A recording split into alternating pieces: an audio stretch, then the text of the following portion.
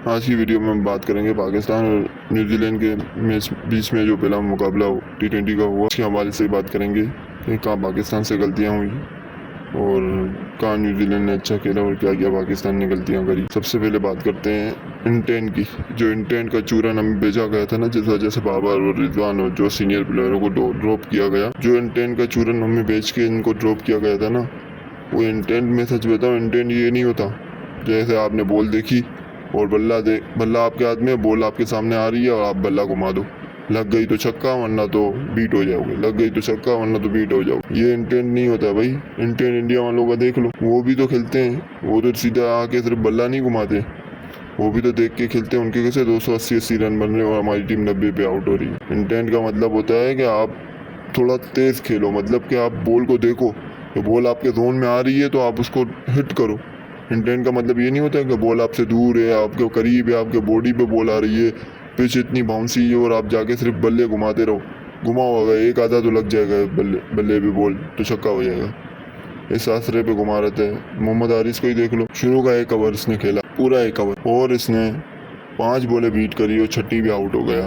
और बॉलें कैसे बीट कर रहा है, आ रहा है बॉल आगे आई, बिल्कुल आगे बढ़ के सीधा ऊपर की तरफ घुमा रहा है, बॉल बीट हो गई। तो पहली बॉल बीट हुई, मैंने कहा इंटेंट अच्छा है, बंदा आगे बढ़ के खेलना चाह रहा है। दूसरी बॉल में भी यही करा, तीसरी बॉल में भी यही करा, चौथी बॉल में भी यही करा, पांचवी बॉल में भी यही करा, और छठी बॉल जब बॉडी के बिल्कुल पास आई तो उसको ऐसे रोक रहा है ऊपर अपर कट की तरफ और कैच दे के बैठ गया। भाई तू क्रिकेटर है, तुझे लोग तेरी बातें बहुत करते हैं कि तू इंटेंट वाला है, तू पाकिस्तान का माइंडसेट, तू खुद बोल के गया था हम लोगों का माइंडसेट का इशू है। फिर ऐसा भी कैसा माइंडसेट भाई, तुम लोगों ने देखा ही नहीं कि सामने कौन सी टीम है, क्या टीम है और किस तरह पिच बिहेव कर रही है, किस तरह हमें बैटिंग करनी है। तुम भी ऐसे आउट, तुम्हें कोई बताने वाला नहीं है कि कैसे खेलते हैं। अगर पिच मुश्किल हो, पिच बाउंसी हो, तो उसके ऊपर सिंगल डबल लिए जाते हैं। इंडिया हर मैच में तो 280 नहीं कर रहा है इंटेंट के साथ खेल के, पिच देख के 280 मार रहा है, 240 मार रहा है। ये पिच 150 या 190 में भी अच्छी थी, इस पर 200 भी बन सकते थे अगर तुम लोग थोड़ा ध्यान से खेलते, तो सिंगल डबल करते, चौके मारते, देख के खेलते तो बन सकते थे।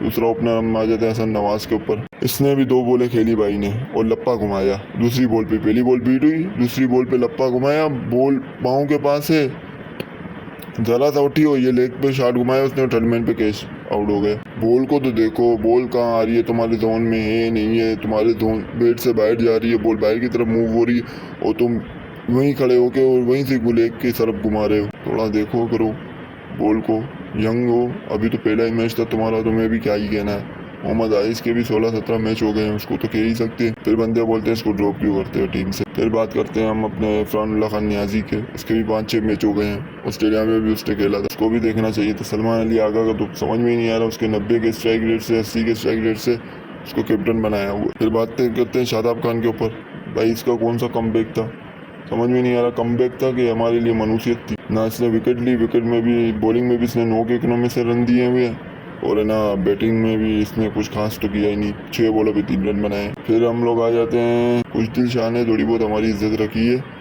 उसने 30 बॉलों पे 32 रन बनाए। एक यही है ना, रनर बॉल से ऊपर चल रहा था, 106 या 8 के स्ट्राइक रेट से खेल रहा था, एक यही बंदा खेल रहा था बस, बाकी सब तो 100 के स्ट्राइक रेट से उससे नीचे ही खेल रहे थे। 3 छक्के मारे और ये भी, इनके भी 4 से 5 कैच तो ड्रॉप हुए हैं, वरना ये लोग तो 50 से पहले निपट जाते। इनके 5-6 कैच ड्रॉप हुए हैं, 2-3 इनके रनआउट बचे हैं। फिर बात करते हैं हम लोग अपने अब्दुल समद की, ये भी यंगस्टर, इसका भी डेब्यू मैच था, इसने भी यही बेड़ा गर्क करा, शॉट मारने उस टाइम पे भी सिंगल डबल नहीं कर रहे, इनको सिर्फ घुमाने ही। फिर बात करते हैं हम लोग जानदाद खान की, वो भी आगे वही भी घुमा रहा था, इनके में सब आ रहे थे, सभी घुमाने के चक्कर में आ रहे थे। भाई जब 50 पे तुम्हारे 5 आउट हो गए हैं ना, तब तुम लोगों सिंगल डबल करनी, कम से कम 20 ओवर तो पूरे खेलो, 20 ओवर में 120 130 तो बनाओ टोटल। वो भी अच्छा नहीं था, बंदा बोलेगा भाई 20 ओवर पूरे खेल के गए हमारी टीम, तुम्हारा भी बेड़ा गर्क ही था। इस तरीके से सारे आउट हो गए, 90 के ऊपर 91 रन के ऊपर सारे आउट हो गए। 192 के अब सिर्फ 92 रन का टारगेट दिया न्यूजीलैंड को, और उसमें भी फिन एलन जैसा जिन है न्यूजीलैंड टीम में।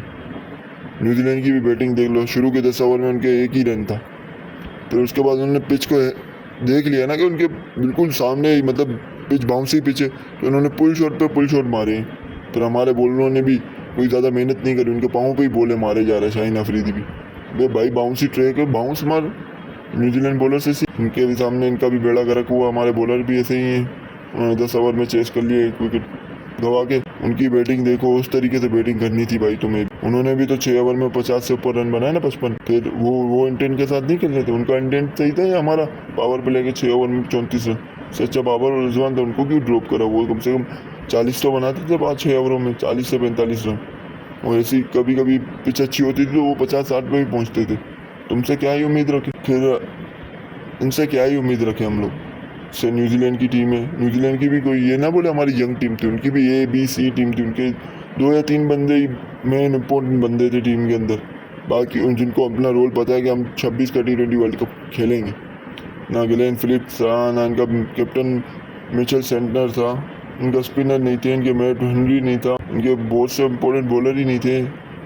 जो बॉलर थे उन्होंने तुम्हारा बेड़ा गर्क कर दिया। आगे तो वो भी आएंगे, मैट हेनरी वगैरह 2 मैचों के बाद, तो 3-4-5 मैच के लिए वो भी होगा। देखो फिर क्या करते हैं ये लोग, तुमसे 3 मारते हैं। यंग टीम है, इनको सपोर्ट करो, इतना नहीं बोलो पहला ही मैच हुआ है, पर इनको इंटेंट दिखाओ। तुम लोग इंटेंट दिखाओ। इंटेंट ये नहीं होता कि हर बॉल पे आए, घुमाए, लप्पा घुमाए, लगा तो ठीक है, वरना तो आउट हो। भाई पिच को देख के मारो, अगर पिच सीधी है तो फिर मारो, अगर पिच थोड़ी मुश्किल है तो उसको वक्त टाइम लो थोड़ा।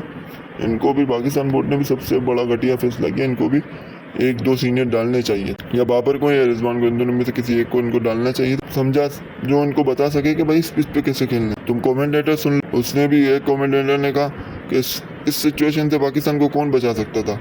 दूसरे वाले ने कहा बाबर आजम ही, क्योंकि बाबर आजम कंडीशन को ज़्यादा जल्दी एक्सेप्ट कर लेता है, उसको पता चल जाता है कि इस पिच पे कैसे खेलना है। 150 की पिच है, 200 की पिच है, एंड में भी लग जाएंगे, उसको पता होता है कैसे खेलना है। जब कमेंटेटर को पता है तो इन सेलेक्टर को नहीं पता, उस कोच को नहीं पता। जो कोच हमारे 2 टेस्ट मैच के हमने जीते, हम पे मुसल्लत ही हो गया है। वो कोच को नहीं पता कि कैसे खेलने है टीम, कौन सी टीम खिलानी है, कौन से बंदे लेने हैं टीम के अंदर। अजीब बंदे हैं यार। आज फिर मैच है रात को 2:30-4:30 बजे। मैंने तो रमज़ान में कम शेरी करके मैंने मैच देखना चालू किया। मैंने जब पाकिस्तान के 11 रन पे 4 आउट देखे ना, मैंने तभी टीवी बंद करके सो गया। मैंने कहा ये 70-80 से ऊपर जाएंगे नहीं, और वो 10 ओवर से भी पहले बना देंगे। ये तो मेरी उम्मीद से ज़्यादा करके 90 हो गए इनके।